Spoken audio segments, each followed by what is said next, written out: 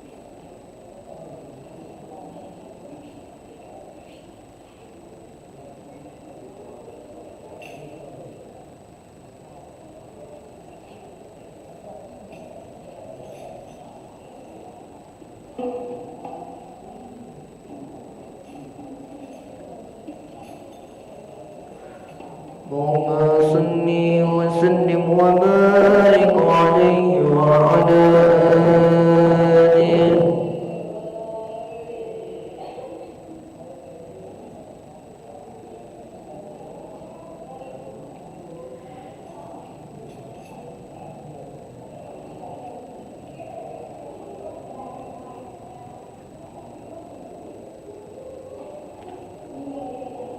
ظهر دين الوياد بزحولين بأحمد. ظهر دين الوياد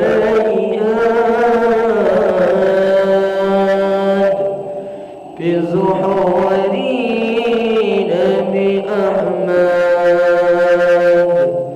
يا حنانا بمحمد،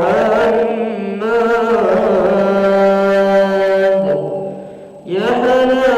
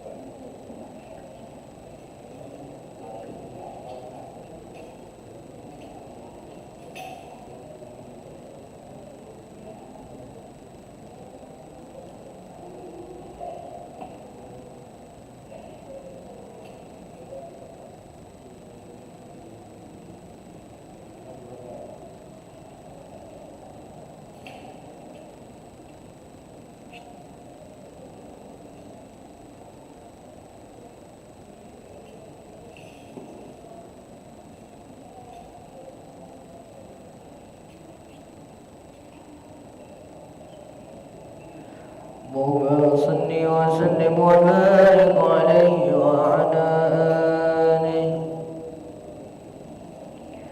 شهد الله يا رمضان شهد الله يا رمضان شهد الله يا رمضان من أقول بالخلق الله شهد الله يا رمضان شهد الله يا رمضان شهد الله يا رمضان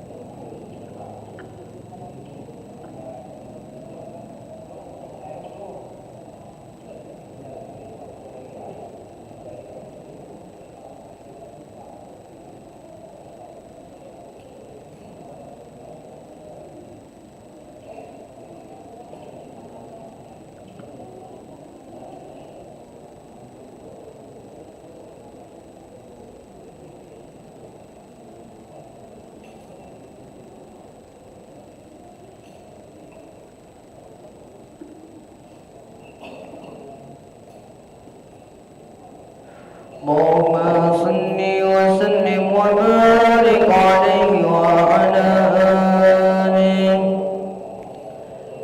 السلام عليك سيدنا الأنبياء. السلام عليك. السلام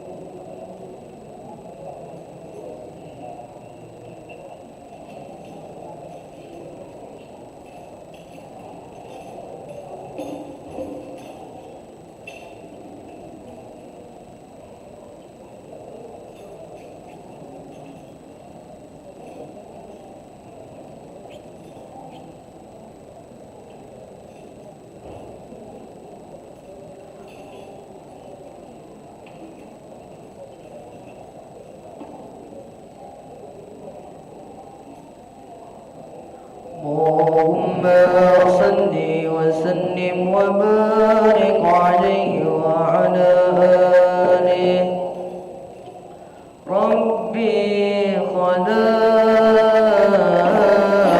طه من نور فيه تراب فيه تراب ناداه إلياس أنت الأمين أنت الأمين ربي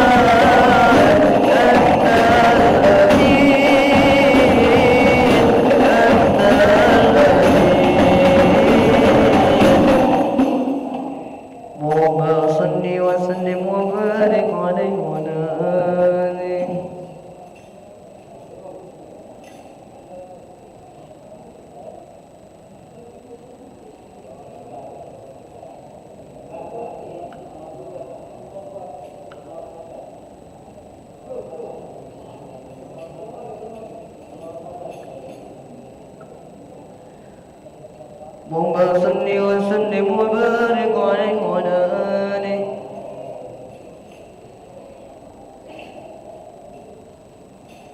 صلاة الله سلام الله على رسول الله صلاة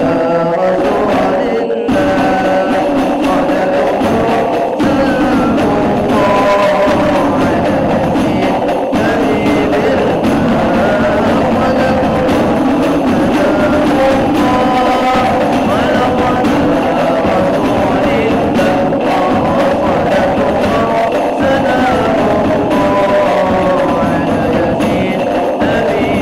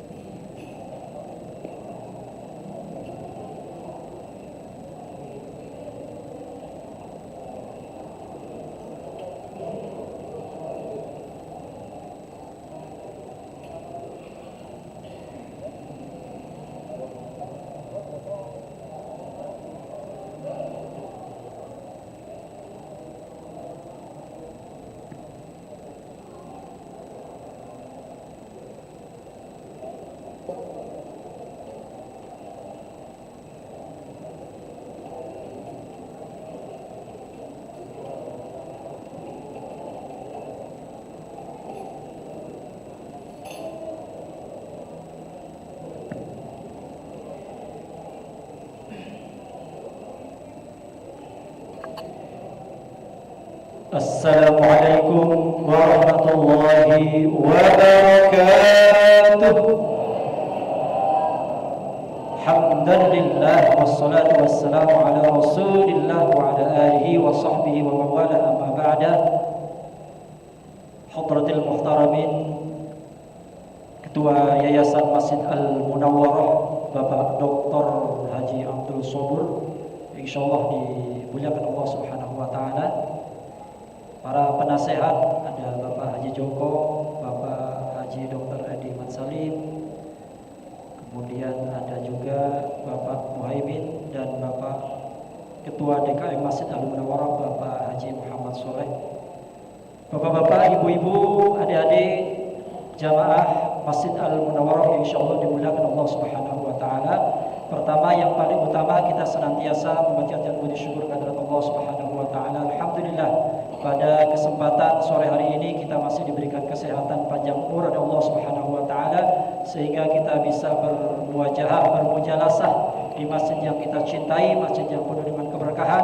Mudah-mudahan Allah Subhanahu wa taala menerima amal ibadah puasa kita dan amal-amal lain, amin ya rabbal alamin. Salawat dan salam semoga Allah Subhanahu wa taala curah limpahkan kepada junjungan kita baginda agung Nabi besar Muhammadin sallallahu alaihi wasallam alladzi turja syafa'atuh, Nabi yang senantiasa kita harapkan syafaatnya di yaumil qiyamah.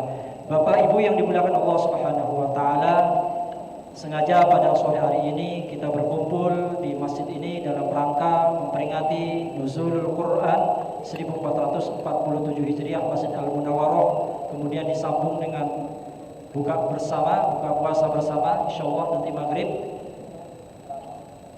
Bapak-bapak, ibu yang dirahmati Allah Subhanahu wa taala, untuk susunan acara pada sore hari ini, yang pertama adalah pembukaan, yang kedua adalah kata sambutan, dan yang ketiga adalah acara inti tausiah yang nanti akan disampaikan oleh guru kita Ustadz Haji Baldan MSI MAG. Beliau masih ada masuk di perjalanan, sudah masuk komplek, insyaallah bentar lagi beliau akan tiba. Baiklah Bapak Ibu yang Allah Subhanahu wa taala, untuk menyingkat waktu kita buka acara pada malam hari sore hari ini dengan bersama-sama melafazkan basmalah. Bismillahirrahmanirrahim. Mudah-mudahan acara demi acara berjalan dengan lancar. Kemudian berikutnya acara yang kedua adalah sambutan. Sambutan ini akan disampaikan langsung oleh Ketua Yayasan Masjid Al-Munawwarah Bapak Dr. Haji Abdul Sobur. Kepada beliau waktu dan tempat kami persilakan.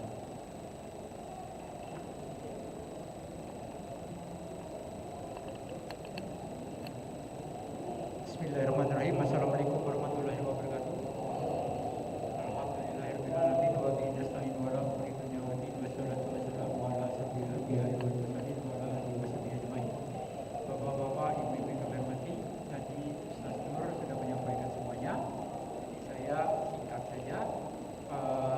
Nah, ini kebenaran, alhamdulillah Ustaz kita yang keren ganteng sudah datang, ya. Selamat datang Ustaz. Kita di sini memang setiap sesudah subuh menjelang berbuka memang ada buka bersama, dan dimulai dengan diawali dengan semacam ceramah singkat. Dan ini khusus, ini acara kita memang agak istimewa karena Nuzul Quran. Nah, kami tidak berpanjang lebar karena Ustaz sudah datang, maka kami mengaturkan terima kasih kepada Ustaz. Sering-sering rajin di sini, mudah-mudahan selalu diberikan rahmat oleh Allah SWT. Mohon maaf pada kekurangan, dan nanti kami mengajak buka bersama karena saya dapat informasi nanti setelah ini akan nyambung ke kedamaian, Wabillahi taufiq wal hidayah. Wassalamualaikum warahmatullahi wabarakatuh. Terima kasih diucapkan kepada Bapak Dr. Haji Abdul Sobur yang telah menyampaikan kata sambutannya.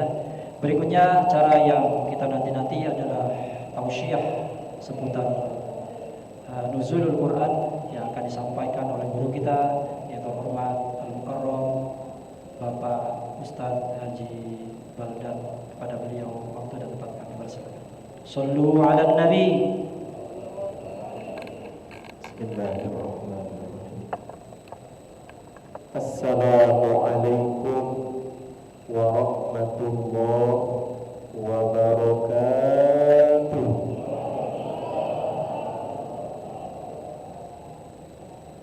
Alhamdulillahilladzi hadana li hadza wa ma kunna linahtadiya laula an hadana Allah.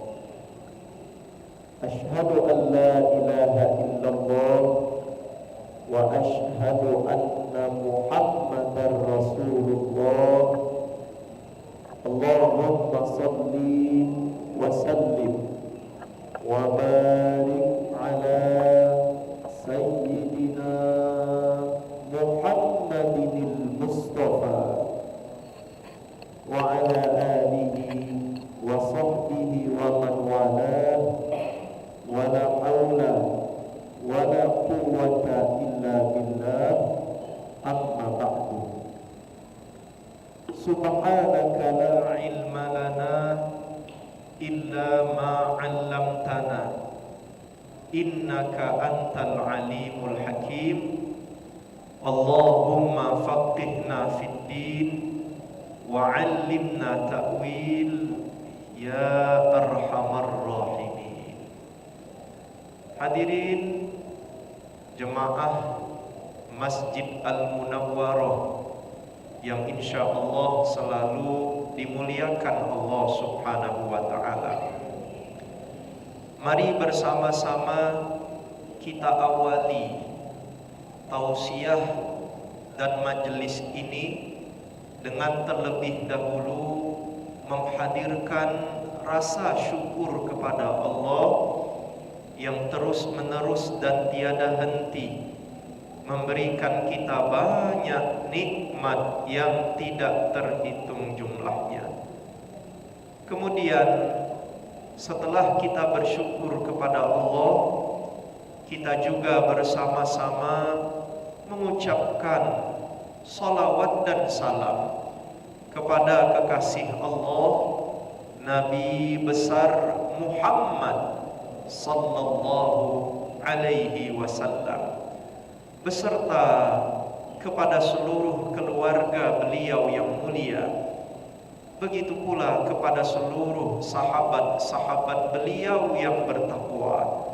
Dan insya Allah kelak di hari kiamat kita semua mendapatkan syafaat dari Nabi besar Muhammad sallallahu alaihi wasallam. Amin ya rabbal alamin. Bapak dan Ibu sekalian, saya ceramah atau memberi tausiah ini saya request duduk. Tak pacak ceramah tegak. Apa sebab? Saya jujur saja, sudah 17 hari berpuasa Ramadan, baru pagi tadi tidak sahur. Bangunnya jam 5 lewat, sudah 5 lewat 10 lewat sahur. Jadi saya tidak sahur, sehingga tentu berbeda energi orang yang berpuasa diawali dengan sahur dan orang yang berpuasa tanpa sahur. Itulah saya ceramah dalam kondisi duduk. Tapi bagaimana Ustadz, kalau tidak sahur itu tetap sah tak puasanya? Tetap sah. Karena sahur itu hukumnya tidak wajib, hukumnya sunnah. Hanya saja orang yang tidak sahur, kata Sayyid Sabiq, pastilah akan berbeda dengan orang yang sahur. Saya tadi tidak sahur, tentu energi saya berbeda dengan bapak yang tadi sahur makan 2 piring. Piring pertama lauk pindang tulang, piring kedua lauk brengkes, tutup makan duren. Oh, berenergi bapak. Tapi saya tidak sahur semalam, sehingga tentu saya merasa agak lebih lemah ketimbang kalau kita berpuasa dalam kondisi sahur. Tapi memang itu Pak, kalau saya pribadi, setiap Ramadan itu pasti ada sekali kesiangan tidak sahur. Tapi alhamdulillah subuh tetap dapat, tidak lewat subuh. Tapi pasti ada sehari saya itu tidak sahur. Tapi alhamdulillah semua ada hikmahnya. Jadi ini menjadi contoh saya di awal Ramadan kemarin ceramah tentang keutamaan sahur. Diuji Allah sekali tidak kena sahur. Jadi ngerasa bagaimana Anda berpuasa tanpa diawali sahur, sebagaimana orang miskin, orang fakir yang tidak makan sama sekali, bahkan mereka ada yang puasa bukan di siang hari, tapi di malam hari pun mereka tidak makan sebab tidak memiliki apapun. Nah, inilah mungkin Allah pengen mentarbiah kami bagaimana rasa menjadi orang fakir, orang miskin yang mana tidak makan sama sekali dari malam tambah lagi saat ini. Oleh karena itu saya berharap tidak sabar menanti buka puasa di Masjid Al-Munawwarah. Jangan-jangan menunya nikmat untuk membalas dendam tidak sahur daripada pagi hari tadi. Masya Allah. Baik jemaah sekalian, saya diberi amanah untuk memberi tausiah seputar nuzulul Quran. Saya ingin bertanya dulu dengan jemaah sekalian, apa arti nuzulul Quran? Nuzul, apa arti nuzul? Turun. Dari kalimat atau dari kata kerja nazala yanzil. Nuzul artinya turun. Lalu apa yang turun? Al-Quran. Itulah disebut dengan istilah nuzulul Quran. Lalu kapan kita memperingati nuzulul Quran? Jawab ibu bapak, kapan kita memperingati nuzulul Quran? Tanggal 17 Ramadan. Hari ini tepat 17 Ramadan. Kalau puasa ikut versi pemerintah, kalau tidak salah hari ini tepat 17 Ramadan. Kalau Anda mengatakan nuzulul Quran tanggal 17 Ramadan, bagaimana dengan Lailatul Qadar? Sedangkan di dalam Quran surah Al-Qadar disebutkan, A'udzubillahi minasyaitonir rajim. Inna anzalnahu fi lailatul qadar. Sesungguhnya kami telah menurunkannya, yakni Al-Quran, pada malam Lailatul Qadar. Sekarang saya tanya dengan ibu bapak sekalian, 17 Ramadan itu malam Lailatul Qadar atau bukan? Bukan. Dalam hadis yang sahih, malam Lailatul Qadar itu diisyaratkan Nabi pada 10 malam terakhir, terutama dikhususkan lagi pada malam-malam yang ganjil. Berarti ada kemungkinan malam 21, malam 23, malam 25, 27 dan malam 29. Lalu apa yang kita peringati 17 Ramadan ini? Sedangkan Quran mengatakan kami menurunkannya, yakni Al-Quran pada malam Lailatul Qadar. Nah, ini harus dijawab ibu bapak. Sebab saya semalam nonton satu ceramah ustaz. Dia ngomong, inilah wong Indonesia ini cuman pacak melok-melok baik, memperingati nuzulul Quran. Sedangkan turunnya Al-Quran itu pada malam Lailatul Qadar, bukan 17 Ramadan. Lalu ustaz tuh ngomong, inilah kaum muslimin di Indonesia ini mayoritas pelaku bid'ah puji dia. La ilaha illallah. Ini orang ini dikit-dikit bid'ah, dikit-dikit bid'ah, dikit-dikit sesat karena kita memperingati 17 Ramadan. Sekarang saya jawab dengan ilmiah. Di dalam kitab tafsir yang ditulis oleh Al-Imam Ibnu Katsir Asy-Syafi'i, ketika beliau menafsirkan Quran surah Al-Qadar, beliau mencantumkan riwayat, yakni riwayat dari sahabat Abdullah bin Abbas radhiyallahu taala anhu. Saya sampaikan ini supaya ibu bapak faham sejarah kenapa kita memperingati nuzulul Quran tanggal 17 Ramadan. Jadi di dalam kitab itu disebutkan Al-Quranul Karim itu turun melalui dua tahap. Jadi Al-Quran turun melalui dua tahap. Tahapan yang pertama, Al-Quran itu turun dari Lauhil Mahfuz menuju Baitul Izzah. Apa itu Baitul Izzah? Langit pertama dunia. Ini kata Sayyidina Abdullah ibn Abbas, sepupu Nabi sekaligus sahabat Nabi dan murid Nabi sallallahu alaihi wasallam.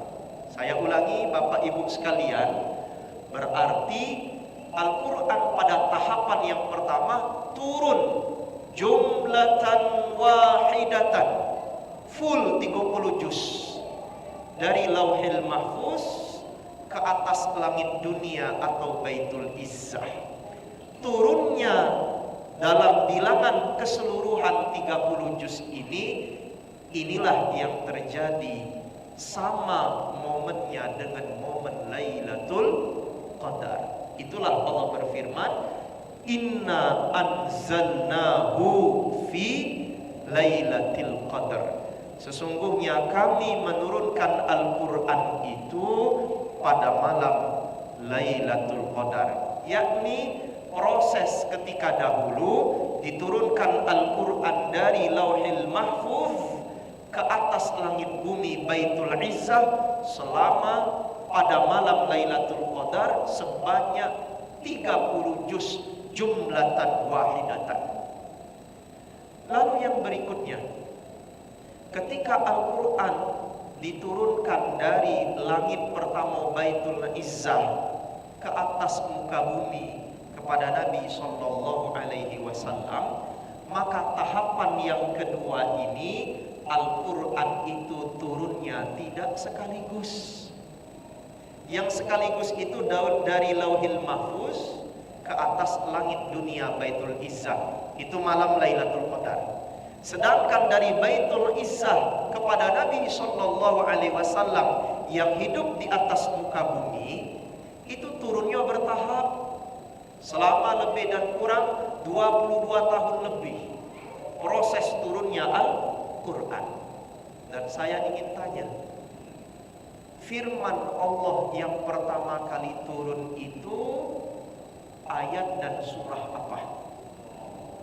Disepakati oleh seluruh kaum muslimin bahwa yang pertama kali turun adalah ayat 1 sampai dengan ayat 5 dari surah Al-Alaq. Iqra bismi rabbikal ladzi khalaq, khalaqal insana min 'alaq, iqra wa rabbukal akram, alladzi 'allama bil qalam, 'allamal insana ma lam ya'lam. Itulah firman Allah yang diturunkan pertama kali dari Baitul Izzah kepada Nabi sallallahu alaihi wasallam. Pertanyaannya, kapan firman Allah ini pertama kali turun? Dari Baitul Izzah ke atas Nabi sallallahu alaihi wasallam di dunia. Ulama berikhtilaf. Ada yang mengatakan pada bulan Rabiul Awal. Ada yang berhenti pada bulan Ramadan saja, tidak menetapkan kapan tanggal pastinya. Tapi ada pendapat, dan ini pendapat yang banyak dipegang oleh ulama kita, bahwa ayat ini turun tepat pada tanggal 17 Ramadan, sebagaimana firman Allah dalam surah Al-Anfal ayat 41, Yaumal Furqan, Yaumal Taqal Jam'an. Hari turunnya Al-Furqan, yakni Al-Quran, yakni bertepatan dengan berjumpanya dua pasukan besar. Para ulama tafsir mengatakan dua pasukan besar ini adalah Perang Badar, dan Perang Badar itu terjadi bertepatan juga pada tanggal 17 Ramadan. Berarti kita yang sekarang duduk bersama di Masjid Al-Munawwarah memperingati nuzulul Quran, ini tidak salah, karena kita memperingati nuzulnya firman yang pertama turun kepada Nabi sallallahu alaihi wasallam, yang diturunkan oleh Allah melalui wasilah malaikat Jibril pada tanggal 17 Ramadan, yakni ketika menyampaikan firman yang pertama surah Al-Alaq ayat 1 sampai dengan ayat 5. Kira-kira Anda sudah pahamkan sejarahnya? Berarti nuzulul Quran yang dimaksud setiap 17 Ramadan, bahkan di Istana Negara setiap tahun dari zaman Soekarno sampai dengan zaman Presiden sekarang Pak Prabowo, diperingati malam nuzulul Quran secara nasional. Itu memperingati momen nuzulnya Al-Quran pertama kali kepada Nabi Sallallahu Alaihi Wasallam. Nah, jadi saya harap ibu dan bapak sekalian bisa paham bagaimana sejarah mengapa kita memperingati nuzulul Quran. Jadi kalau ada ketemu orang yang dikit-dikit bid'ah tadi, sudahlah, kalau lah dinjuk tahu masih ngomongi kita bid'ah, satu kata saja, pale bapak lu bid'ah njuk tahu. Sudah. Ustaz ini kasar sekali. Lah, dia lebih kasar dengan kita. Kalau sedikit-dikit bid'ah berarti Anda itu dituduh oleh dia ahli neraka. Galak kita dituduh ahli neraka. Mana mau? Maka harus diingatkan juga. Tidak salah orang kasar, tiap hari kasar, kita ingatkan dengan tegas juga supaya sadar. Kalau diingatkan dengan lembut tidak mempan bahasa kita, dengan kasar juga, tapi dengan cara yang bijak. Pakai ilmu dulu. Bahwa kami 17 Ramadan setiap tahun memperingati nuzulul Quran, yakni memperingati turunnya pertama kali firman Allah dari Baitul Izzah kepada Nabi Sallallahu Alaihi Wasallam. Baik, itu sekedar mukaddimah. Nah, sekarang materi inti, saya akan sampaikan beberapa keutamaan Al-Quran. Mengapa Al-Quran itu menjadi mukjizat yang agung bagi Nabi Sallallahu Alaihi Wasallam. Pertama, Imam An-Nawawi di dalam kitab Al-Fadail, di dalam kitab beliau, kitab Riyadhus Shalihin, melampirkan dan menuliskan banyak riwayat hadis. Saya bacakan hadis yang pertama. Hadis yang diriwayatkan dari sahabat Abi Umamah radhiyallahu taala anhu. Nabi bersabda, "Iqra'ul Qur'an." Bacalah oleh kalian Al-Quran, fa innahu ya'ti yaumal qiyamah syafi'an li ashabi. Sesungguhnya ia, yakni Al-Quran, akan hadir di hari kiamat bagi sahabatnya sebagai syafaat penolong bagi dirinya nanti di yaumil qiyamah. Hadis yang diriwayatkan oleh Imam Muslim dan diriwayatkan oleh Imam Ahmad. Sekarang kita bahas hadis ini. Profesor Dr. Mustafa Buwo mengatakan, pertama, bagi kita yang di dunia sekarang masih hidup, saya masih hidup, bapak masih hidup, lalu kita rajin baca Quran, tapi tidak cukup dengan membaca. Dia mesti mentadabburi dan mengamalkan apa yang ia baca dari Al-Quran. Maka orang ini disebut dengan sahibul Quran, sahabatnya Al-Quran, atau bisa disebut dengan istilah ahlul Quran, keluarganya Al-Quran. Dia membaca tadarus. Ibu-ibu biasanya kalau Ramadan ini luar biasa, setiap subuh atau setiap malam khatam sehari 1 juz, sebulan khatam 30 juz, khatam Al-Quran. Tapi tidak cukup dengan tadarus, belum Anda disebut dengan ahlul Quran. Anda harus belajar mentadabburi. Bagaimana cara belajar? Itulah di Masjid Al-Munawwarah ini ada kajian. Kalau dengan kami dulu kajian tafsir, Pak Haji ya. Tapi sudah libur kajiannya, jadi diganti Ahad pekan kelima. Itu pun kalau kami kosong. Mudah-mudahan bisa belajar dengan guru yang lain, monggo, tidak masalah. Karena ini ikhtiar kita belajar tentang hukum dan hikmah yang terkandung di dalam Quran. Baru yang ketiga, kalau Anda sudah mempelajari, Anda amalkan. Sudah Anda amalkan, Anda ajari lagi dengan orang lain. Maka ini kata Nabi, khairukum man ta'allamal Qur'ana wa 'allamah. Sebaik-baik dari kalian bukan orang yang titel akademiknya tinggi, bukan yang pangkatnya bintang 5, bukan duitnya banyak, tapi sebaik-baik dari kalian orang yang belajar Quran, bukan hanya belajar tajwid baca saja, belajar tafsirnya, belajar mentadabburi, lalu dia mengamalkan dan dia ajarkan kepada orang lain. Ini sebaik-baik manusia, kata Nabi. Maka orang seperti inilah disebut dengan sahibul Quran, sahabatnya Al-Quran.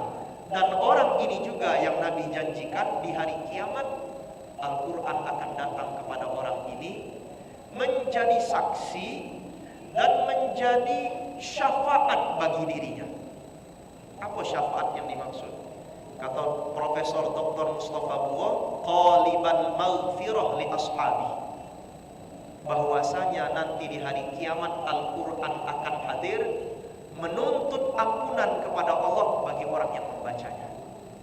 Menuntut ampunan, menuntut rahmat dan maghfirah kepada Allah bagi kita yang senantiasa di dunia semasa hidup berinteraksi dengan Al-Quran, membaca, mentadabburi, mengamalkan, kemudian kita mengajarkan kepada yang lain. Nah, ini hadis pertama, ini motivasi bagi kita. Sebab di hari kiamat nanti dak katik yang pacak nolong kita selain amal soleh kita, itu pun kalau ada. Kalau tidak ada butuh syafaat. Oleh karena itu kejar syafaat itu diantaranya dengan sering-seringlah berinteraksi dengan Al-Quran. Itu hadis yang pertama. Kemudian yang kedua, diriwayatkan dari sahabat Nawas ibn Sam'an radhiyallahu taala anhu, beliau pernah mendengar Nabi bersabda. Nabi bersabda, "Yu'ta yaumal qiyamah bil Qur'an wa ahlihi alladhi kanu ya'maluna bih." Di hari kiamat nanti Al-Quran itu didatangkan beserta sahabat dan keluarganya yang selalu membaca Quran itu di dunia. Untuk apa? Menjadi saksi. Namun tuqaddamahu suratul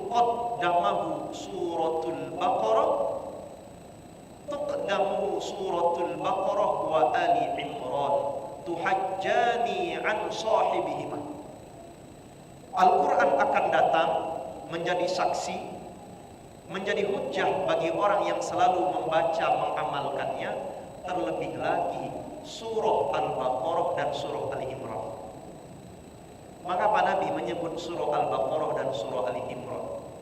Disebutkan dalam hadis surah Al-Baqarah itu sanamul Quran, punuknya Al-Quran.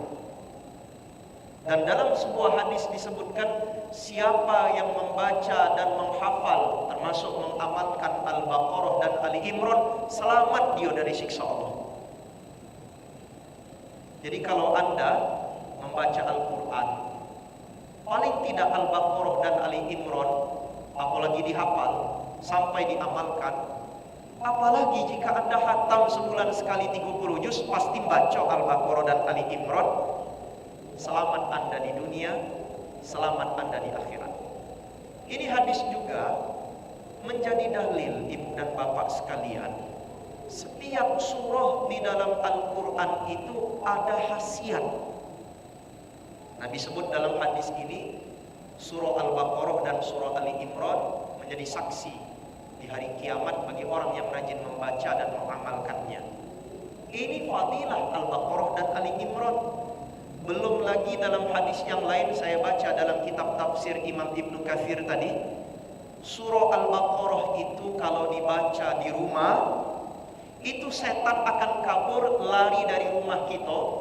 Dedemit, jin, genderuwo, kuntilanak, sundel bolong berlari dari rumah kita. Kalau kita membaca Al-Baqarah dan mereka berlari dari rumah kita sambil terkentut-kentut. Ini adalah keutamaan surah Al-Baqarah, keutamaan surah Ali Imran. Jadi kalau bapak ibu punya rumah baru, atau mungkin rumah sekarang, setiap masuk rumah suasana sumpek, nyingok bini kita rai nak nangis terus, nak marah baik cumbang, giliran nyingok bini tetangga menitis air liur, terbalik. Nyingok bini tetangga menitis air liur, nyingok bini dewek menitis air mata. Itu berarti ada masalah di rumah kita. Anak-anak pada bandel, ada masalah di rumah kita, jangan-jangan banyak setan dan jin. Dan jin atau setan yang selalu merusak hubungan rumah tangga, suami dan istri, anak-anak dengan orang tua, itu namanya jin dasim. Disebutkan riwayatnya oleh Imam Al-Qurtubi di dalam kitab tafsirnya Al-Jami' li Ahkamil Quran. Bagaimana cara ngusir jin itu? Salah satunya amalkan surah Al-Baqarah. Balik ke rumah, baca surah Al-Baqarah. Bacanya jangan berbisik, agak dijaharkan, supaya setan itu berlari. Ustaz, berapa lama kita khatam baca surah Al-Baqarah? Pengalaman kami kalau murojaah surah Al-Baqarah dengan tempo yang cepat, sekitar 1 jam lebih sedikit selesai. Tapi kalau ibu membacanya Alif Lam Mim, baca 4 jam baru selesai. Maka caranya boleh dicicil, kata guru-guru kami dulu. Kalau dah baca khatamkan satu waktu, dicicil. Habis subuh baca seperempatnya, habis zuhur seperempatnya berikutnya, habis maghrib, ini ketika di luar Ramadan misalnya, bacalah sisanya. Kaget sisanya sebelum tidur boleh. Atau dicicil seperempat hari pertama, seperempat berikutnya hari kedua, boleh. Walau yang lebih afdol dibaca utuh dalam satu waktu lebih afdol, terasa fadilahnya.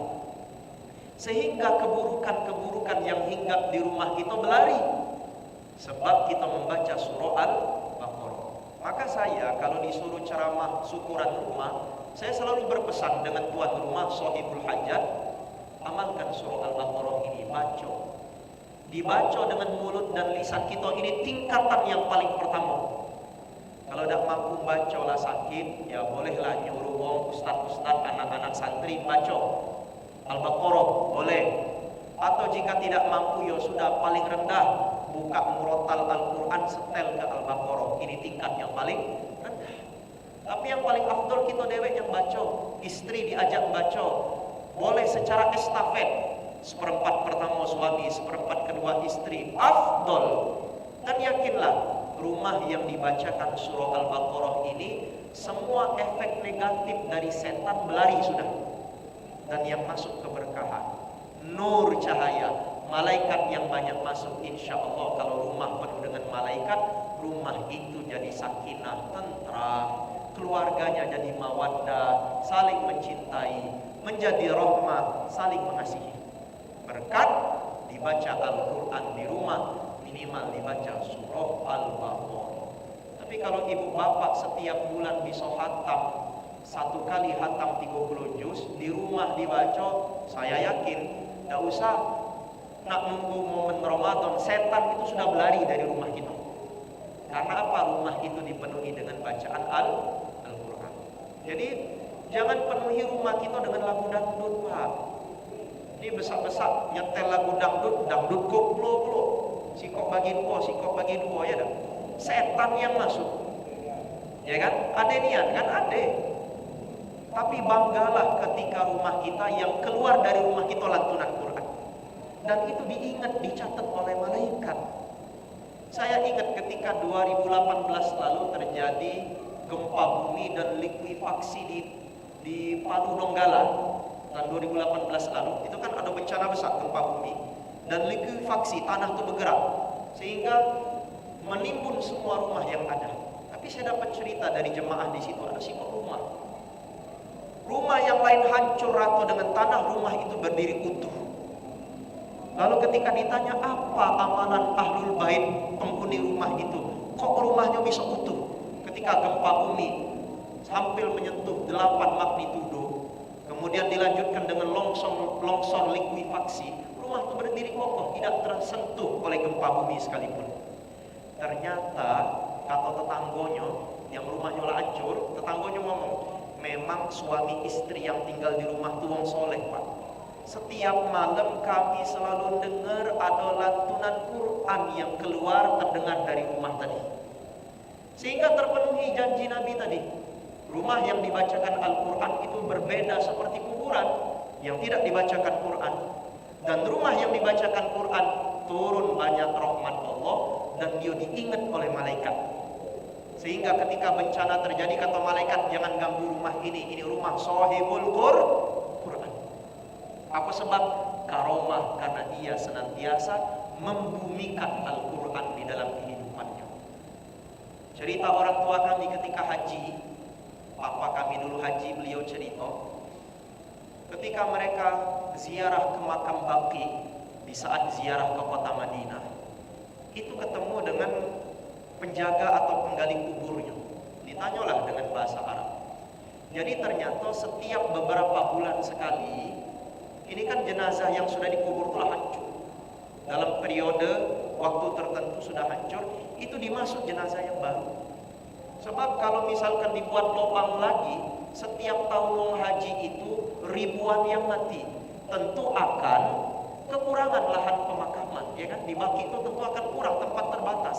Tapi mengapa orang yang meninggal selalu dikubur di Baqi? Karena sistemnya ketika apa yang ada di dalam kuburan itu sudah menjadi tanah, boleh masuk jenazah yang baru. Itu seperti itu terjadi di Saudi. Lalu penjaga kubur itu ngomong, kecuali kalau kami menggali kuburan menemukan jenazah yang sudah bertahun-tahun masih utuh, maka kami tutup kembali itu kubur menjadi kuburan abadi baginya selama-lamanya. Lalu ditanya, memang siapa biasanya kalau dia meninggal jenazahnya utuh? Biasanya kata mereka, pertama para ulama yang istiqomah, para wali-wali Allah, biasanya jenazahnya dijaga Allah. Dan yang kedua nih kata beliau, kata mereka, para penghafal Al-Quran, hafizul Quran. Para hafiz Quran ini ketika meninggal, menurut pengakuan mereka di Baqi sana, biasanya jenazahnya utuh, masih lengkap. Jadi cacing tanah, hewan-hewan tanah tidak berani menyentuh jenazah penghafal Al-Quran. Mengapa demikian? Al-Quran itu firman Allah, kalamullah yang suci, diturunkan Allah melalui wasilah Ruhul Kudus, malaikat Jibril yang suci, diturunkan kepada lisan Nabi Muhammad, Nabi yang suci. Beliau lahir suci, kemudian Nabi Muhammad disucikan kembali, padahal beliau sudah suci, dengan syaqqus sadr, dibelah dada beliau.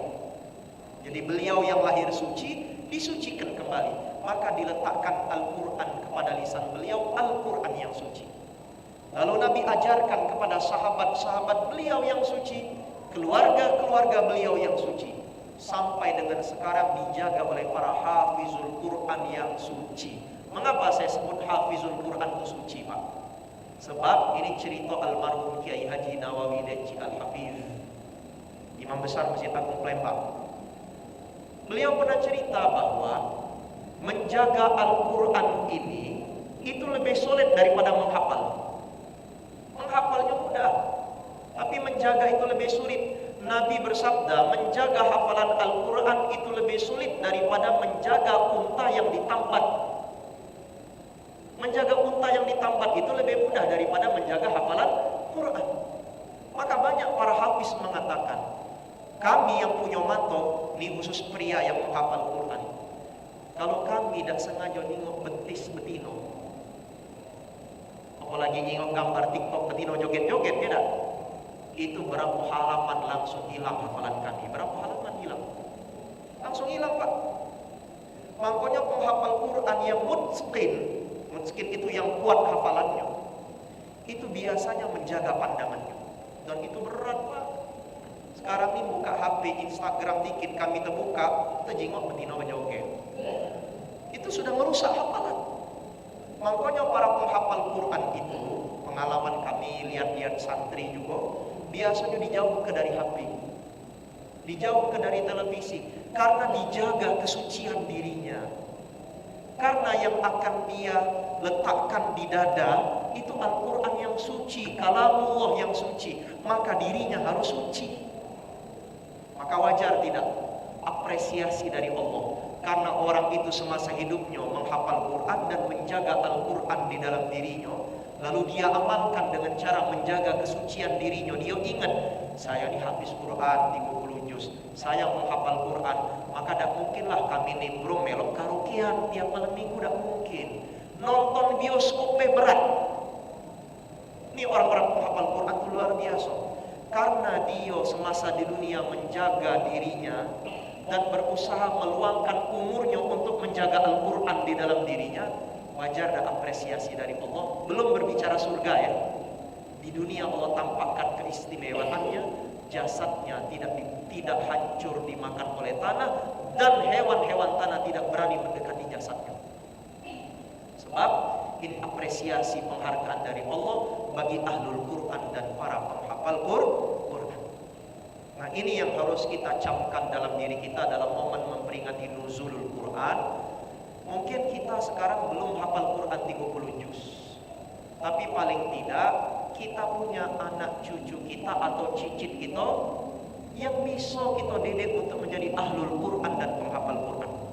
Karena dalam hadis yang diriwayatkan oleh Imam Ibnu Majah, diriwayatkan juga oleh Imam At-Tirmidzi, bahwa Nabi pernah mengatakan orang yang menghafal Quran itu keistimewaannya bisa membawa 10 anggota keluarga yang ada di rumahnya diberi syafaat bisa masuk surga. Jadi kalau bapak punya cucu, punya anak, punya cicit hafal Quran, insya Allah kita serumah selamat pak. Dengan syarat meninggal kita muslim pak, mati kita nyembah tepekong dan selamat gitu. Walau anak kita hafal Quran. Jadi kalau ada satu ahli Quran saja, hafizul Quran, mungkin anak kita atau menantu kita atau cucu kita, insya Allah selamat kita di rumah. Berkah di rumah itu apa bentuknya? Tiap hari dia murojaah, karena orang menjaga hafalan Quran harus murojaah terus. Dan berkah berikutnya ketika nanti di yaumil akhir ada anggota keluarga kita yang harusnya masuk neraka, bisa dia tarik, diajaknya dapat syafaat, bisa masuk ke dalam syurga. Ini hadis diriwayatkan oleh Imam At-Tirmidzi, diriwayatkan juga oleh Imam Ibnu Majah di dalam kitab sunan mereka. Maka jemaah sekalian, banggalah ketika Anda punya anak yang hafal Quran 30 juz. Terserah mereka nak jadi pilot boleh, nak jadi dokter boleh, nak jadi dosen boleh, nak jadi pengusaha boleh, tapi harus menjadi pengusaha yang ahli Quran, menjadi dokter yang ahli Quran, menjadi cendekiawan ilmuwan yang ahli Quran. Itu yang kita cari. Di dunia kita bahagia, di akhirat dapat jaminan selamat. Sebab fa innahu yaumal qiyamah syafi'an li ashabi. Sesungguhnya Al-Quran itu menjadi syafaat bagi sahabatnya, bagi keluarganya nanti di hari kiamat. Maka kalau kita bisa punya anak yang hafal Quran, keturunan yang hafal Quran, baru kita angkat topi, ini orang yang sukses mendidik anak dan keluarganya. Tapi kalau bapak nak hafal Quran, nak kata terlambat pak, masih bisa. Walau tidak bisa semuanya, paling tidak sebahagian cukup. Kalau tidak pacak sebahagian, juz amma jadilah kita hafal dari An-Naba sampai An-Nas. Kalaupun tidak hafal juz 30, paling tidak setengahnya jadilah dari Wadduha sampai An-Nas. Kalau tidak hafal juga, ya sudah paling tidak kulhu hafal, al-falaq hafal, An-Nas juga hafal. Tak mungkin tidak hafal kulhu al-An-Nas ya, dah kelewatan pak itu. Karena anak saya saja sudah hampir tamat itu hafal juz amma. Anak yang nomor 2 itu sudah hampir tamat. Masa kita yang sudah dewasa tidak hafal, walau tidak semua tapi paling tidak sebagian sudah cukup. Sebab dalam riwayat yang lain Nabi SAW mengatakan, ini hadis yang sahih, yuqalu li sahibil Quran, dikatakan kepada sahabat Al-Quran, iqra warataqi warattil kama kunta turattil fid dunya. Kaget di akhirat itu orang yang sahibul Quran, yang rajin baca Quran, termasuk penghafal Quran, itu diperintahkan baca Al-Quran yang kamu hafal di dunia, dibaca, naik derajat, baca lagi, naik lagi. Dan Nabi mengatakan, fa inna manzilataka inda akhiri ayatin taqra'uha. Posisi engkau nanti di surga di akhirat adalah posisi sebagaimana ayat terakhir yang Anda baca ketika Anda di dunia. Jadi kalau orang itu hafal Quran 30 juz, paling tinggi posisinya di akhirat. Kalau dia hafal Quran cuma 29 juz, setingkat di bawah. Kalau dia hafal Quran setengah daripada Al-Quran, 15 juz, berarti posisinya setengah di tengah-tengah. Kalau dia cuma hafal juz ammah, berarti posisi bawah. Kalau dia cuma hafal kulhu al-falaq an-nas, nah berarti di bawah lagi. Yang penting masuk surga, alhamdulillah. Maka jadikan ini motivasi dalam momen kita nuzulul Quran, mumpung masih ada umur, rajin-rajin kita berinteraksi dengan Al-Quran, bertadarus. Bukan hanya Ramadan, ibu bapak, jangan sampai Ramadan ini rajin kita buka Quran bolak-balik, tapi ketika di luar Ramadan, Syawal, masuk lagi Quran ke dalam lemari, lalu tidak dibuka lagi sampai berdebu, sampai ketemu Ramadan berikutnya. Orang ini bukan ahlul Quran, solehnya hanya musiman saja. Soleh yang benar-benar hakiki soleh adalah walau Syawal, walau dia sudah masuk bulan lain di luar Ramadan, tetap istiqomah bertadarus, belajar Quran, membaca, mengamalkan dan mengajarkannya kembali. Insya Allah kita digolongkan sebagai ahlul Quran yang dijanjikan Nabi nanti di hari kiamat. Al-Quran akan hadir sebagai penolong bagi kita. Amin, amin ya rabbal alamin. Baik, saya kira sampai di sini. Sekitar 18 menit lagi menuju waktu maghrib. Tadi saya bilang dengan Ustadz Nur, mungkin saya sampai jam 6 saja. 10 menit kita buka sesi tanya jawab. Yang ingin bertanya seputar materi boleh, yang nak bertanya tentang puasa Ramadan boleh, yang nak bertanya dengan materi lain monggo. Jika saya mampu menjawab, insya Allah saya jawab sampai dengan 9 menit menuju berbuka puasa. Oke, sekitar 18 lewat 12 atau 18 lewat 13 kita tutup untuk bersiap-siap berbuka puasa. Monggo silahkan. Wal akhiru walhamdulillahi rabbil alamin. Silakan Pak. Jemaah dulu kali. Monggo silakan. Baik, Assalamualaikum. Sebenarnya beliau ini terakhir baik.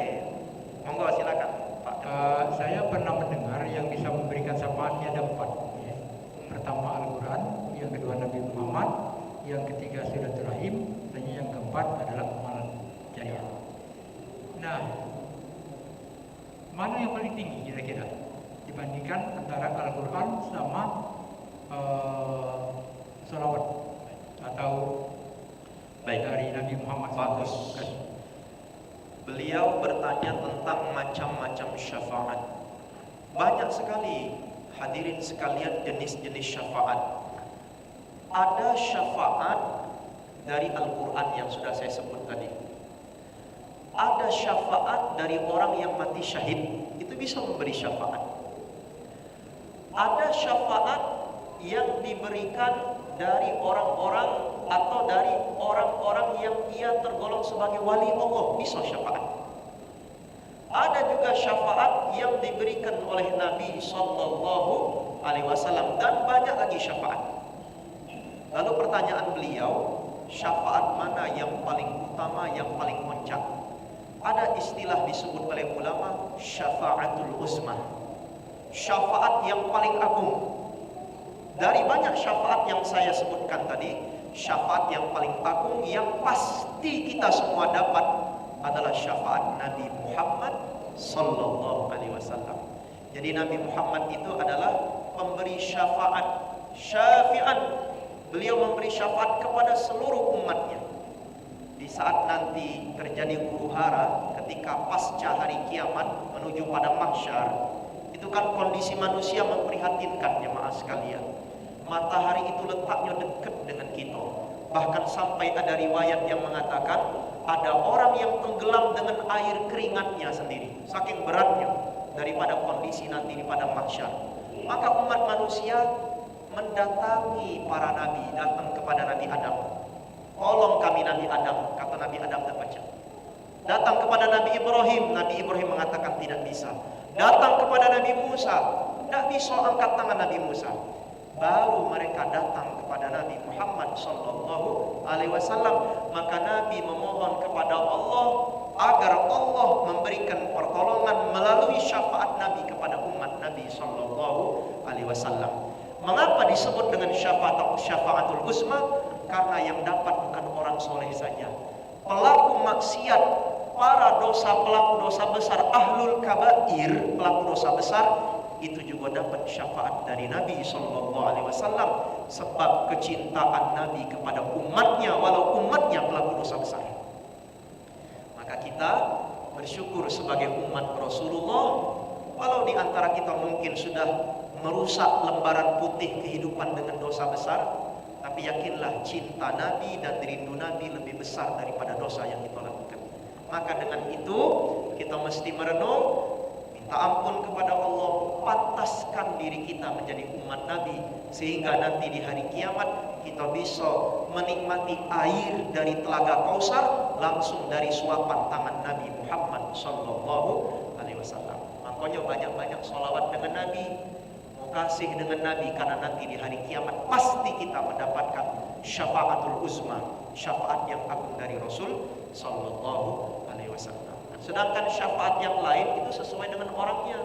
Syafaat ahli Quran untuk orang yang hafal Quran, syafaat bagi orang yang mati syahid bagi mereka yang mati syahid. Tapi kalau syafaat Nabi bukan hanya untuk orang soleh, tapi semua umat Nabi akan dapat syafaat dari beliau, syafaat yang agung. Insya yang penting jago, mumpung masih hidup, bertekadlah wala tamutunna illa wa antum muslimun. Kalau bisa ketika meninggal, yang kita bawa adalah Islam kita. Jangan sampai kita gadaikan iman kita cuman gara-gara nak jilat pemimpin, lepas iman kita. Nak jilat jabatan, nak jadi komisaris, lepas daripada komitmen kita terhadap agama. Keluar kita dari iman. Sebab kalau berbicara dengan akhir zaman, ini kan sudah perang. Ini kan kalau saya berbicara tentang akhir zaman, Nabi mengatakan, badiru bil a'mali fitanan. Hati-hati, persiapkan amal soleh kalian ketika macam-macam huru hara dan fitnah sudah terjadi. Nabi mengatakan, yusbihur rajulu fiha mu'minan wa yumsi kafiron. Saking dahsyatnya pada masa itu, ada orang pagi hari masih beriman, masih Islam, sore hari lah murtad. Ada orang malam hari dia beriman, besok pagi sudah murtad. Ini dimaksud oleh para ulama, termasuk Dr. Ahmad Al-Mubayyad di dalam kitabnya Al-Mawsu'ah fil Fitan wal Malahik menjelaskan, fitnah ini bukan hanya murtad secara terang-terangan, tapi bisa murtad secara ideologi pemikiran. Itu bisa murtad. Apa contohnya? Contohnya, yang banyak ulama mengatakan orang ini keluar dari Islam, contohnya adalah orang yang mengatakan semua agama sama masuk surga. Ini murtad.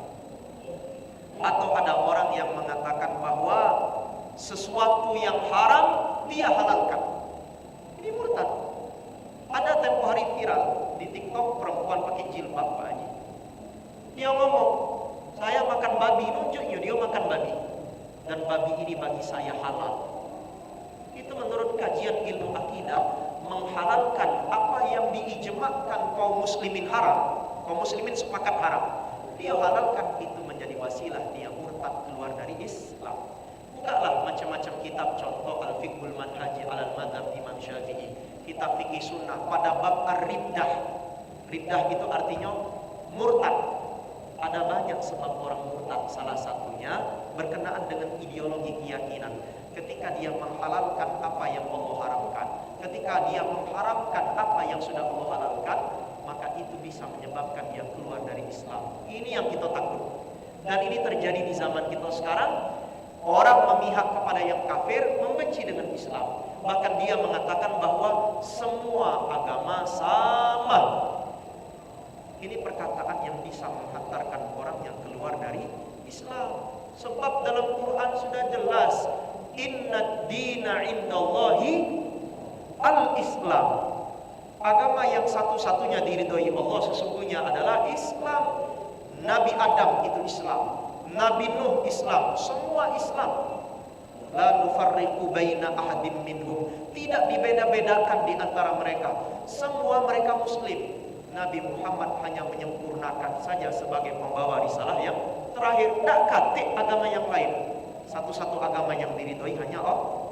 Loh, kok ada orang berani mengatakan semua agama sama masuk surga? Sedangkan dalam surah Al-Bayyinah, Ustaz Nur sering baca ketika imam sholat isya, Innal ladzina kafaru min ahlil kitabi wal musyrikina fi nari jahannam khalidina fiha. Sesungguhnya orang-orang musyrik dan kalangan ahlu kitab, Anda tahu kan ahlu kitab? Tidak usah saya sebut. Di mana mereka kelak di hari kiamat? Tidak selamat, tidak katik-katik cerita masuk surga. Mereka semua masuk dalam api neraka jahannam. berarti yang selamat hanya satu, yakni orang yang meninggal dalam keadaan Islam. Nah, kalau kita wafat dalam keadaan Islam, walau orang itu matinya membawa dosa besar, selama dia meninggal dalam keadaan Islam, di hari kiamat tetap mendapatkan syafaat dari Nabi Sallallahu Alaihi Wasallam. Baik, satu lagi pertanyaan dari ibu-ibu mungkin. Ya, ibu-ibu. Ibu-ibu ini harus diprioritas ke apa? Kalau tidak kata ibu-ibu berat juga, kita tidak siap lah takjil sore ini. Ibu-ibu yang masak, bukan bapak-bapak ya. Apa kok yang masak? Nah, itulah dia. Bismillahirrahmanirrahim. Terima kasih waktu yang telah diberikan Ustaz. Oke. Yang saya tanyakan di sini, 10 hari sebelum bulan Ramadan ini ya, kita dianjurkan untuk iktikaf. Terus iktikaf ini yang kita jalankan apa? Apa kita berdiam diri, atau kita sholat, atau kita memohon ampun? Baik. Kalau kita berdiam diri kayak gini, lama-lama ngantuk Ustaz. Terus kalau kita sholat, niat sholatnya apa? Terima kasih Ustaz. Baik, bagus. Hari ini 17 malam 18. Kalau tidak salah, Selasa malam Rabu besok, Selasa malam Rabu nanti itu sudah masuk 10 hari terakhir. Sedangkan 10 hari terakhir Ramadan ini termasuk malam yang diistimewakan oleh Allah Ta'ala. Dalam Quran surah Al-Fajr disebutkan walayalin ashri, demi malam yang 10. Ada dua pendapat di sini. Malam yang 10 itu pendapat pertama, 10 hari pertama bulan Zulhijjah. Tapi ada ulama yang berpendapat Allah bersumpah pada 10 malam ini adalah malam terakhir, 10 terakhir di bulan Ramadan, sebab di situ ada keistimewaan malam Lailatul Qadar. Salah satu amalan yang diajarkan Nabi adalah beriktikaf. Ibunda Aisyah mengatakan kalau Nabi sudah masuk 10 hari terakhir Ramadan, beliau mengencangkan ikat pinggangnya dan beliau menghabiskan waktunya di masjid untuk beriktikaf. Beliau bertanya, iktikaf itu apa? Apa yang digawe ke? Iktikaf itu artinya berdiam diri. Sayyid Sabiq dalam kitabnya Fikih Sunnah pada bab al-iktikaf, beliau mengatakan seseorang beriktikaf, dia masuk masjid selama ia tidak dilarang masuk masjid. Kalau ibu lagi haid, nifas, atau kita lagi junub, kan haram kita masuk lalu berdiam. Kalau sekedar al-kubur numpang lewat masih ada rukhsah boleh. Illa abiri sabilin. Tapi kalau berdiam diri, duduk, cak bapak sekarang ini berdiam, ini namanya iktikaf. Hanya boleh bagi orang yang suci, maksudnya tidak berhadas besar dan tidak dalam kondisi haid dan nifas. Maka iktikaf, ibu masuk masjid, ibu duduk dengan syarat ibu berniat. Aku sengaja beriktikaf di masjid ini karena Allah. Nawaitu an a'takifa fi hadzal masjid lillahi ta'ala. Aku sengaja berniat iktikaf, berdiam diri di masjid karena Allah. Harus berniat, Pak. Kalau cuma duduk dan katik niat tidak dapat pahala. Dia harus berniat. Maka selama ibu mulai duduk berdiam diri, walau ibu tidur sekalipun, ibu dapat pahala iktikaf. Walau ibu tertidur, tidak katik gawe, cuma tidur baiklah. Tapi ibu sudah niat iktikaf, bapak cuma mendengar saya ceramah nih sejam, tapi bapak sudah berniat iktikaf sampai detik ini dapat pahala iktikaf. Itu ibadah. Apalagi jika kita di masjid tadarus, zikir, sholat sunnah, monggo nak sholat sunat taubat boleh, nak sholat hajat boleh, nak sholat sunat mutlak boleh. Tapi usahakan jangan pada waktu terlarang seperti pada asar sampai maghrib, pada subuh sampai terbit matahari. Selain daripada itu, monggo anggap Anda mau sholat yang banyak, monggo, sebagai bentuk amal yang kita isi dalam rangka beriktikaf. Jadi Anda duduk sebentar selama niat lillahi ta'ala beriktikaf, dapat pahala iktikaf. Apalagi jika Anda berniat dari jam 9 malam ba'da tarawih sampai besok subuh sambil iktikaf di masjid, sholat qiyamul lail, tadarus, maka lebih banyak lagi pahala yang Anda dapat. Tapi kalau nak melok cara Nabi nian, mulai malam 21 sampai malam terakhir tak keluar-keluar dari masjid kecuali untuk hajat tertentu. Tapi kan berat juga bagi kita, Pak, ibu-ibu nak belanja pula, nak lebaran ke pasar, ya dah. maka paling tidak kalau nak bisa melok cara Nabi, malamnya be jadilah. Insyaallah Ustaz Nur ada KKM program iktikaf malam hari. Nah, paling tidak kalau pengurus masjid mengundang untuk menghidupkan malam iktikaf, kalau kami Masjid Raya Cigici malam ganjil saja, ikuti. Syukur-syukur kalau full 10 malam terakhir, ikuti. Kapan lagi dapat momen bisa beriktikaf di bulan mulia, karena kita belum tentu bisa ketemu Ramadan tahun berikutnya. Itulah jawabannya. Yang penting ibu niat duduk lillahi ta'ala iktikaf sudah dapat pahala. Apalagi jika ibu melakukan dengan tambahan amal-amal soleh yang lain, tentu itu lebih afdal. Baik, saya kira cukup. Wal akhiru walhamdulillahi rabbil alamin. 4 menit lagi azan maghrib. Lebih dan kurang saya minta maaf, kepada Allah saya minta ampun. Mohon maaf lahir dan batin. Sampai ketemu lagi nanti pada majelis berikutnya setelah hari raya Idul Fitri, jika sehat dan panjang umur. Mari sama-sama tutup dengan doa. A'udzubillahi minasyaitonirrajim. Bismillahirrahmanirrahim. Alhamdulillahirabbil alamin. Allahumma shalli wa sallim ala sayyidina Muhammadin wa ala alihi wa sahbihi ajma'in. Allahumma ya fariqal furqan wa ya munzilal Qur'an bil hikmah wal bayan, barikillahumma lana fi syahri Ramadan, barikillahumma lana fi syahri Ramadan, barikillahumma lana fi syahri Ramadan. Allahumma syfa' lana yawmal qiyamati bi syafaati Rasulillah sallallahu alaihi wasallam, washfa' lana yawmal qiyamah bi syafa'ati Qur'an ya rabbal alamin. Rabbana atina fid dunya hasanah wa fil akhirati hasanah wa qina adzabannar. Wa sallallahu ala sayyidina Muhammadin wa ala alihi wa sahbihi wa baraka wa sallam. Walhamdulillahi rabbil alamin. Wallahul muwaffiq ila aqwamit thoriq. Tsumma assalamu alaikum warahmatullahi wabarakatuh. Waalaikumsalam. Silakan Bapak Ibu langsung menempati di teras. Kita sudah menjelang ya, betul.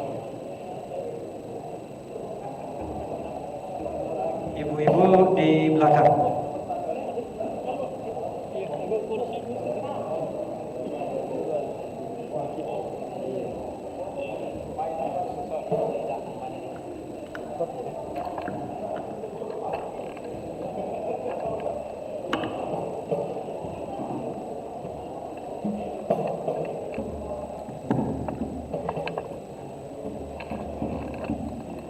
أشهد أن لا إله إلا الله نستغفر الله نسألك رضاك والجنة ونعوذ بك من سخطك والنار أشهد أن لا إله إلا الله نستغفر الله نسألك رضاك والجنة ونعوذ بك من سخطك والنار اللهم إنك عفو كريم تحب العفو فاعف عنا يا كريم.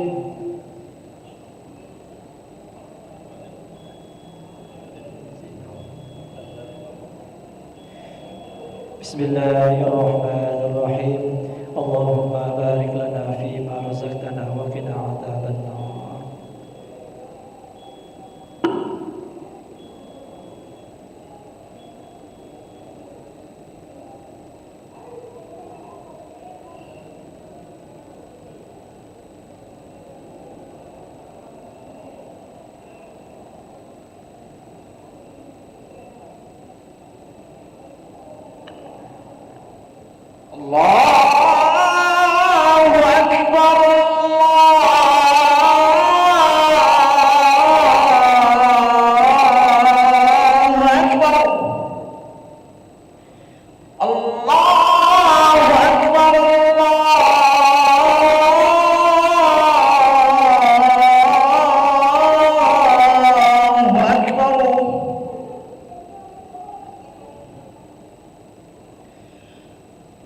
أشهد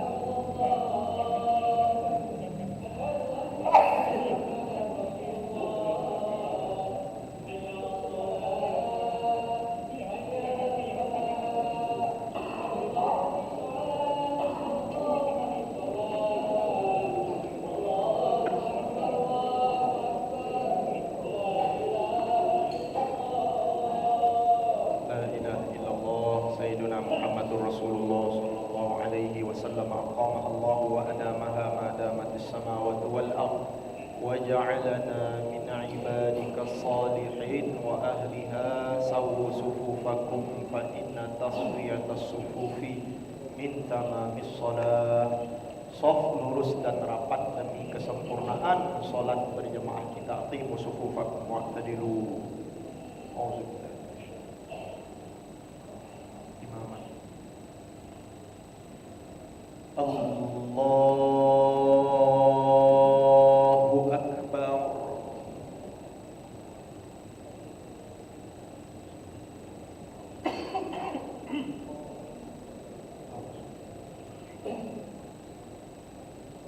Bismillahirrahmanirrahim.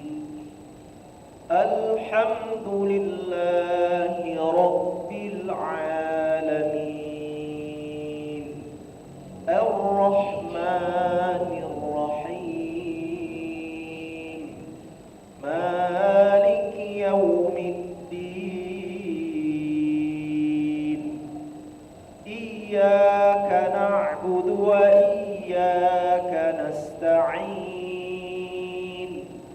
Ihdinas siratal mustaqim. Siratal ladzina an'amta 'alaihim ghairil maghdubi 'alaihim waladdallin.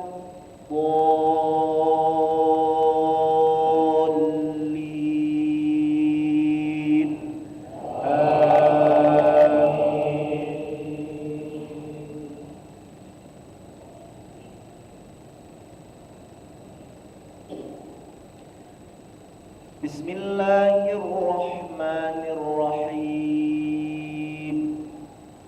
Wal 'asri innal insana lafi khusrin illa alladhina amanu wa 'amilus salihati wa tawasaw bil haqq wa tawasaw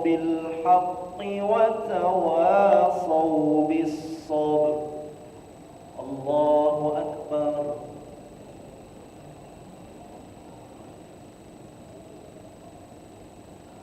Sami'allahu liman hamidah.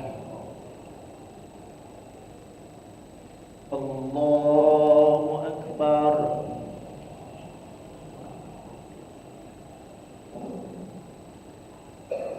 Allahu Akbar.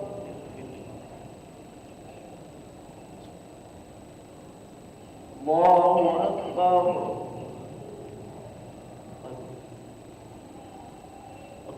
Allahu Akbar.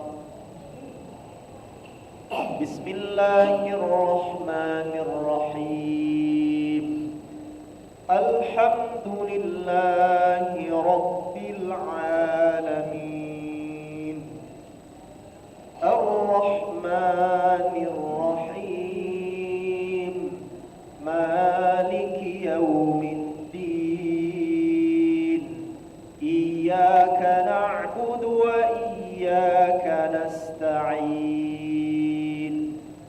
اهدنا الصراط المستقيم صراط الذين أنعمت عليهم غير المغضوب عليهم ولا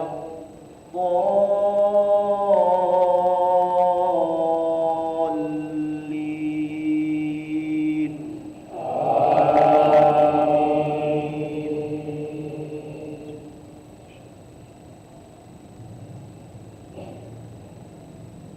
بسم الله الرحمن الرحيم إنا أعطيناك الكوثر فصل لربك وانحر إن شانئك هو الأبتر الله أكبر سمع الله لمن حمده الله أكبر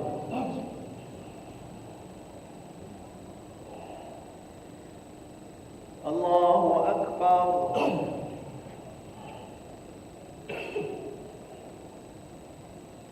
الله أكبر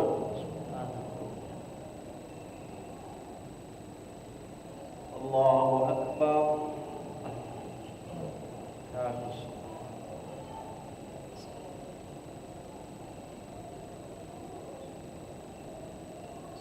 أشهد أن لا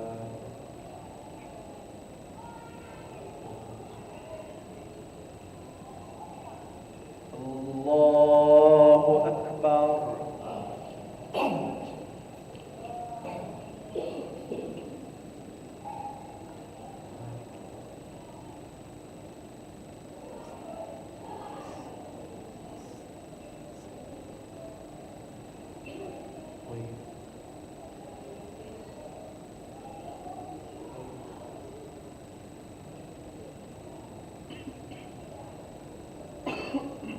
الله أكبر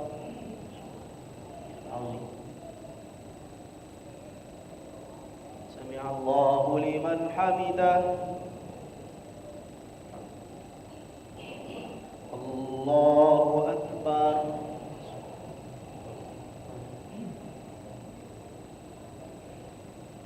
الله أكبر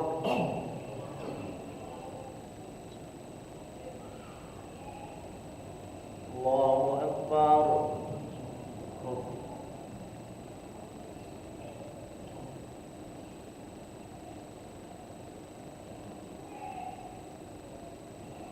الله أكبر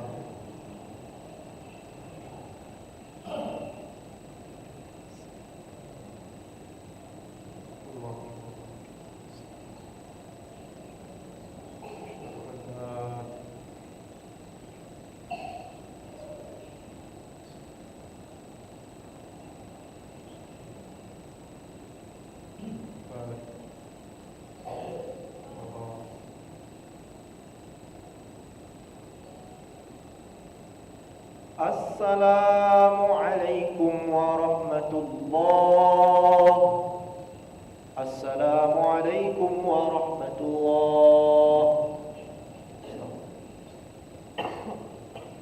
أشهد أن لا إله إلا الله نستغفر الله نسألك رضاك والجنة ونعوذ بك من سخطك والنار نشهد أن لا إله إلا الله نستغفر الله نسألك رضاك والجنة ونعوذ بك من سخطك والنار نشهد أن لا إله إلا الله نستغفر الله نسألك رضاك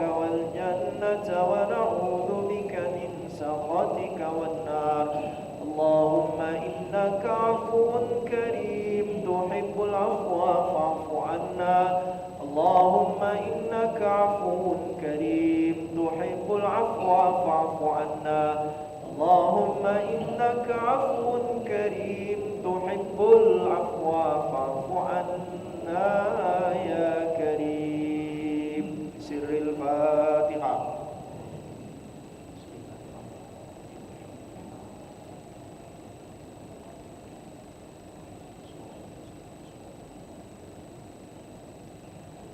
أعوذ بالله من الشيطان الرجيم. بسم الله الرحمن الرحيم. الحمد لله رب العالمين، والصلاة والسلام على أشرف الأنبياء والمرسلين سيدنا محمد وعلى آله وصحبه أجمعين. ربنا اغفر لنا ذنوبنا وتب علينا توبة نصوحا إنك أنت التواب الرحيم. ربنا تقبل منا صلاتنا وصيامنا وقيامنا وركوعنا وسجودنا وتضرعنا وتخشعنا وتعبدنا وتبن تقصيرنا يا الله يا رب العالمين. اللهم يا فارق الفرقان ويا منزل القرآن بالحكمة والبيان، بارك اللهم لنا في شهر رمضان، بارك اللهم لنا في شهر رمضان، بارك اللهم لنا في شهر رمضان، وحصل مقاصدنا يا رب العالمين. ربنا آتنا في الدنيا حسنة وفي الآخرة حسنة وقنا عذاب النار. وصلى الله على سيدنا محمد وعلى آله وصحبه وبارك وسلم، والحمد لله رب العالمين. تقبل الله منا ومنكم.